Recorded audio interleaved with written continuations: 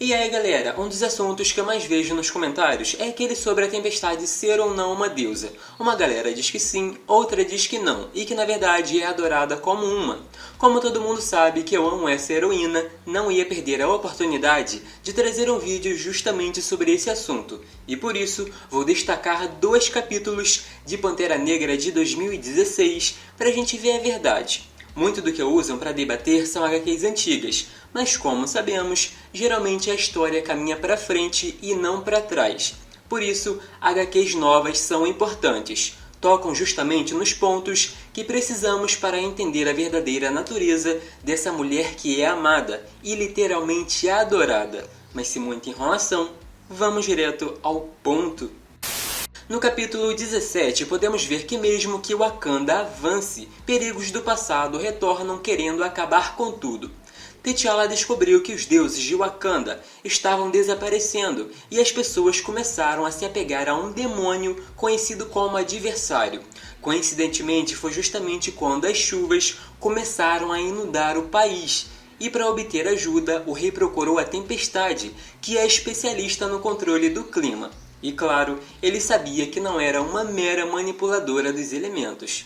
Ainda disse para ela não se assustar, porque as pessoas queriam acreditar em alguém, lutando para não perder a esperança. Ororo também ficou sabendo que aquelas pessoas sabiam da existência de vilões e possíveis ataques, enquanto passava pela seca. De repente, aquela chuva começou, e foi o fator principal do suposto Deus ganhar a adoração do povo. Mas não parou por aí, porque as chuvas continuaram e não paravam mais. Inclusive, um portal foi aberto onde criaturas malignas atravessavam direto para Wakanda. Também foi aí que ficamos sabendo que Ororo é a andarilha das nuvens, a deusa que preserva o equilíbrio de todas as coisas naturais. E como não foi um título inventado naquele momento, dá a entender que faz parte do destino dela. Detalhe, a própria Tempestade não acreditava e pensava que era muito para alguém que só queria ajudar, o que particularmente acho meio parecido com alguns comentários sobre esse assunto. A própria heroína pensava que não.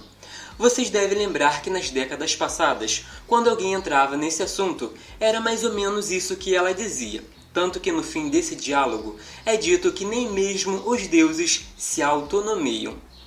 Seguindo mais adiante, ficamos sabendo que com aqueles orixás desaparecendo, muitas pessoas continuaram esperando o retorno da heroína.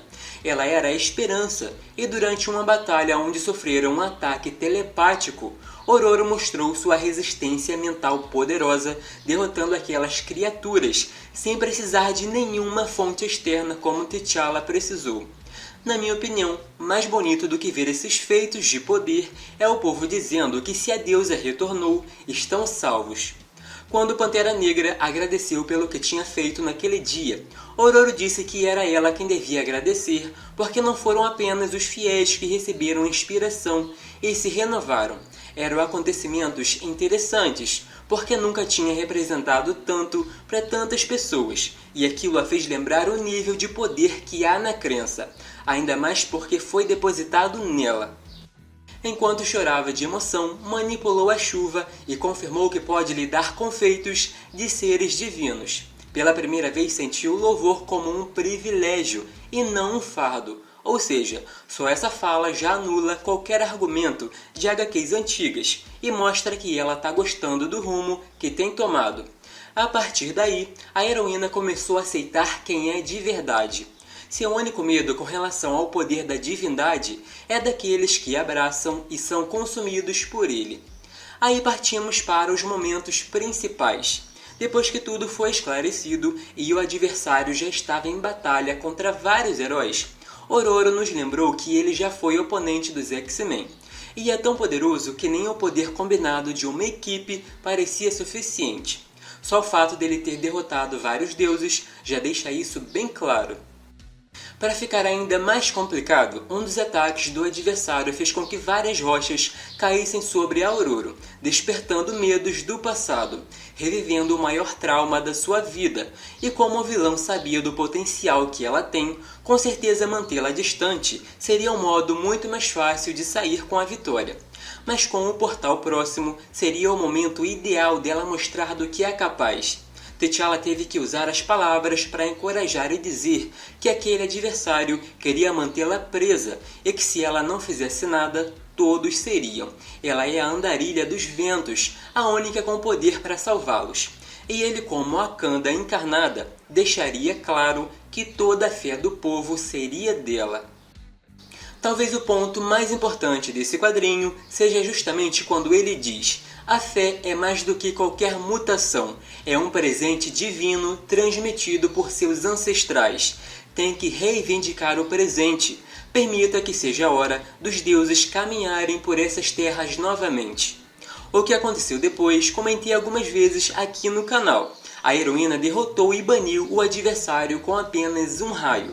Se aproximando do fim, o Pantera Negra disse que quando entravam nesse assunto, ele já sabia que Ororo é um deus. E essa conversa continuou com ela meio furiosa, porque ele sempre tem as respostas, mesmo quando todo mundo pensa que não. Então, os dois ficaram naquele clima de romance quando o Pantera disse que é um rei, e por isso precisa ter certeza de tudo.